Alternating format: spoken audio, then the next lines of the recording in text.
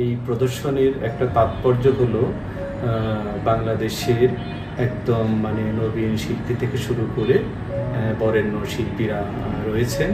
আমি মনে করি যারা মানে নবীন, যা উদীয়মান যারা শিল্পী, তারা যেমন নিজেকে একটু গর্বিত বোধ করবে যে সিনিয়র বা প্রবীণ শিল্পীদের সাথে বা বরেণ্য শিল্পী যারা আছে, আমি মনে করি এটা যারা যারা তরুণ শিল্পী তাদের জন্য একটা সম্ভাবনাময় একটা দিক দেখতে পাই। কারণ সবসময় আমি মনে করি যারা প্রবীণ তাদেরকে নবীন এবং প্রবীণদের সমন্বয়ে কিন্তু একটা মানে একটা সংমিশ্রণেই কিন্তু একটা মানে তাদের যে ভাবের যে আদান প্রদান দেখার বা বোঝাপড়ার যে একটা ব্যাপার, এবং একসাথে যখন গ্যালারিতে কাজ যখন ডিসপ্লে হবে তখন কিন্তু তারা মানে কার কি করা দরকার বা প্রবীণরা কি করছে বা বরেণ্য শিল্পীরা কি করছে বা তরুণরা কেমন করছে সেটা কিন্তু একইভাবে যারা প্রবীণ শিল্পী তারাও কিন্তু এখানে ওই যে নবীন এবং প্রবীণদের কাজ দেখে তাদেরও কিন্তু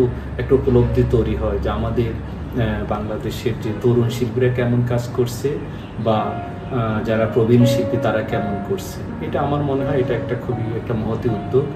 কারণ সবসময় আমরা দেখে থাকি যে একই বয়সে সমসাময়িক শিল্পীরা একই সাথে দলীয় প্রদর্শনী করে, কিন্তু এই দলীয় প্রদর্শনীর ভিন্নতা একটু ভিন্নতা আছে। সেটা হলো মানে এখানে একটা সংমিশ্রণ আছে, সংমিশ্রণটা হলো নবীন এবং প্রবীণ।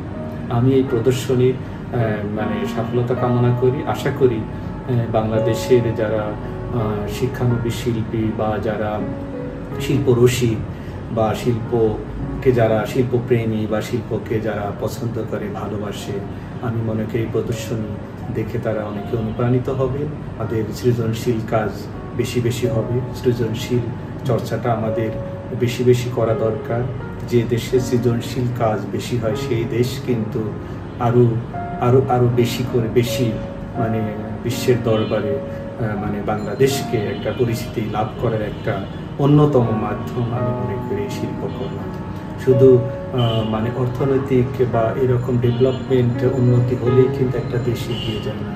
যে দেশের সংস্কৃতি কালচার যদি ডেভেলপ না হয়, পাশাপাশি শুধু অর্থনৈতিক উন্নয়ন দিয়েই কিন্তু আমরা কিন্তু পৃথিবীর বুকে একদম আমরা মাথা উঁচু করে বা পরিচিতি লাভ করতে পারি।